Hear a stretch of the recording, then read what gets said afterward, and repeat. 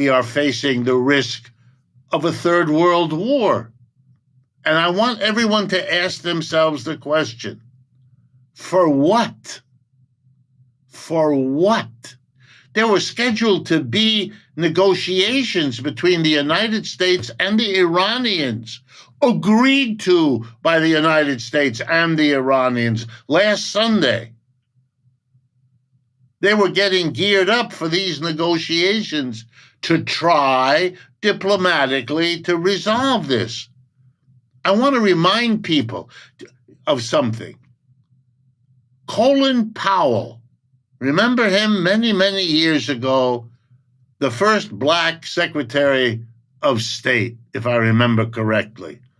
We're talking 2004, 20 years ago, was asked the question, is Iran developing a nuclear war that we have to worry about? And he answered, no, it's not. And if you look up this business about a nuclear war, it has been going on for at least 20 years. Every year or two, there's a flare-up. They're building a nuclear weapon. They haven't. They haven't got one now, and they didn't develop one in those 20 years. This is the old story of crying wolf. You keep doing that, and then no one will believe you. And most of the world doesn't believe it now either. Israel has wanted to bomb Iran for many years, particularly Mr. Netanyahu. I won't go into here, although everyone ought to. What are you doing if you're a country of 7-8 million Jewish members of Israel? The rest are Arabic. Very small country. Iran has 90 million. You get it? More than 10 times larger country. Israel is already warring on the people of Gaza and causing itself unspeakable damage for years to come.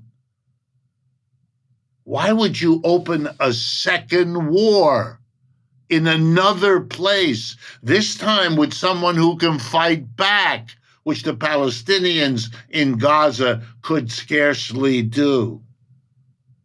Wow. This is a craziness. This is self-destructive unless Mr. Netanyahu can count on the United States coming in. And if that were to happen, then where will Russia go, who has a defense treaty with Iran? And where will China go, who has a defense treaty with Russia? This is how World War I and II got going, when one country invaded another and then the alliances were called in. What in the world are people thinking? This is nuts. And the fact that there might be this much chance that Iran is somewhere near nuclear weapons, by this point, how much difference does that make? There are probably 20 countries that have some kind of nuclear weapons program. North Korea, we know, has it. Russia, China, we know, has it. France and Britain have it. Germany, likely going to get it soon. India has it. Pakistan has it. Come on. This is a matter of when, not whether. And Iran isn't the only one. We are being led down the garden path by people whose decision-making is off. The United States has gotten together with all kinds of dictators around the world, non-dictators around the world, seeming not to care what they were, except for internal publicity. We don't like dictators. Sure we don't. We are in bed with all of them. And we're in bed with some who aren't dictators. Well, then what is it that we are doing? Answer, we are protecting our interests which is a polite way of saying we are taking care of the big oil companies who have interests around the world and the big, large corporations who have interests around the world. And that means supporting governments, whether they're dictators or not, that are friendly to American business, and smashing governments that are unfriendly. Indeed, the only change that has happened is the change since Vietnam. And that change is one that has to be spoken of honestly. In Vietnam, the United States lost. It lost the war. The enemy was the Communist Party of Indochina, of Vietnam, and that's what runs that country now. We were defeated, we invaded, we had hundreds of thousands of troops, they were defeated, they were driven out, and the Communist Party of Vietnam is now in charge of the government. That's what it means when you lose. A lesson was drawn from that, which is that even if you're the biggest, richest, most militarily developed country in the world, and you go to war against one of the poorest countries in the world, Vietnam, at that time, you can be defeated.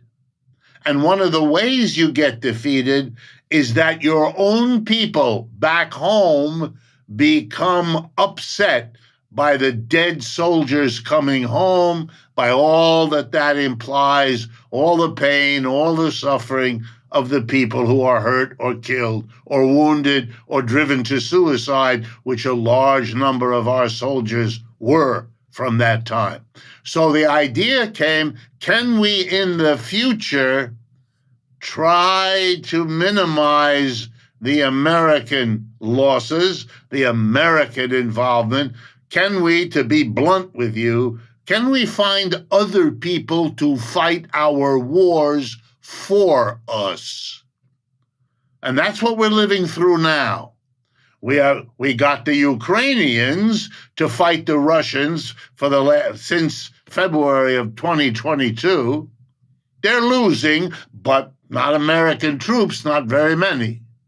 And now we have Israel trying to do the same for us in Iran. Now, Ukraine is a small country, and it turns out Russia isn't. And it turns out that Ukraine, even with the support of the United States militarily and monetarily, and Europe, still can't win. That ought to teach another lesson, which it will, although we're not talking about that now.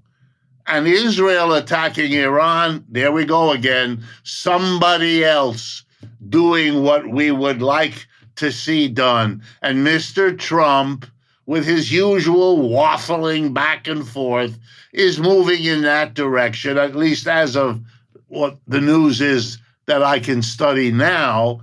Not quite yet decided whether to commit American troops. And let me say, as an American citizen, born here, lived here all my life, worked here all my life, to this minute, Iran is a bigger, more powerful country than Vietnam was. And this is not going to be anything like the make-believe comic book discussions we have. And let me remind everyone as well, there are treaties, mutual defense treaties that we know of between Iran and Russia, and then again between Russia and China. Really? We're really going to risk a war whose outcome is the end of all of us, of the civilization we've created?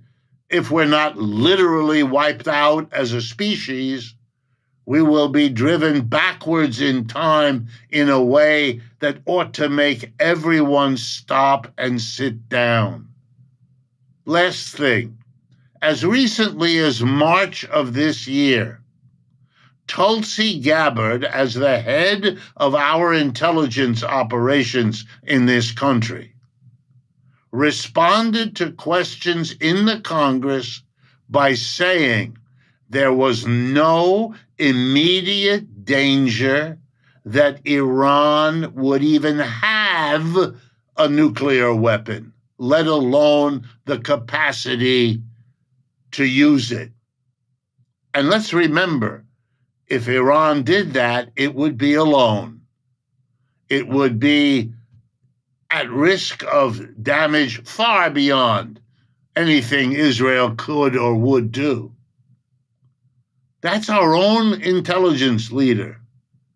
Afterwards, Mr. Trump contradicted her.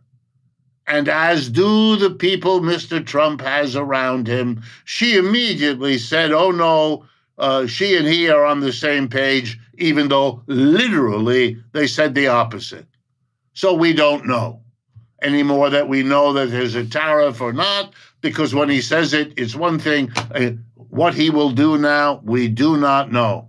By the way, it is a peculiar kind of torture of the Iranian people, of the Israeli people, and of the American people to have questions that are vital to our survival in the hands of an individual who has demonstrated his instability over and over again. It's what we accept as a people tells you that either Mr. Trump is extraordinarily skilled in this up and down roller coaster, or the American people are extraordinarily passive in the face of it.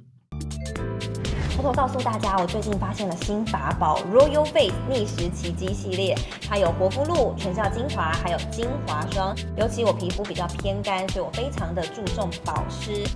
保湿做得好，肌肤自然烹饪。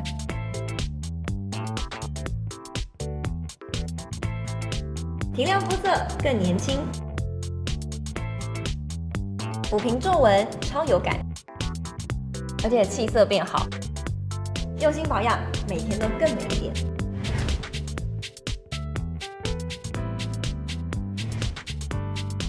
美吧。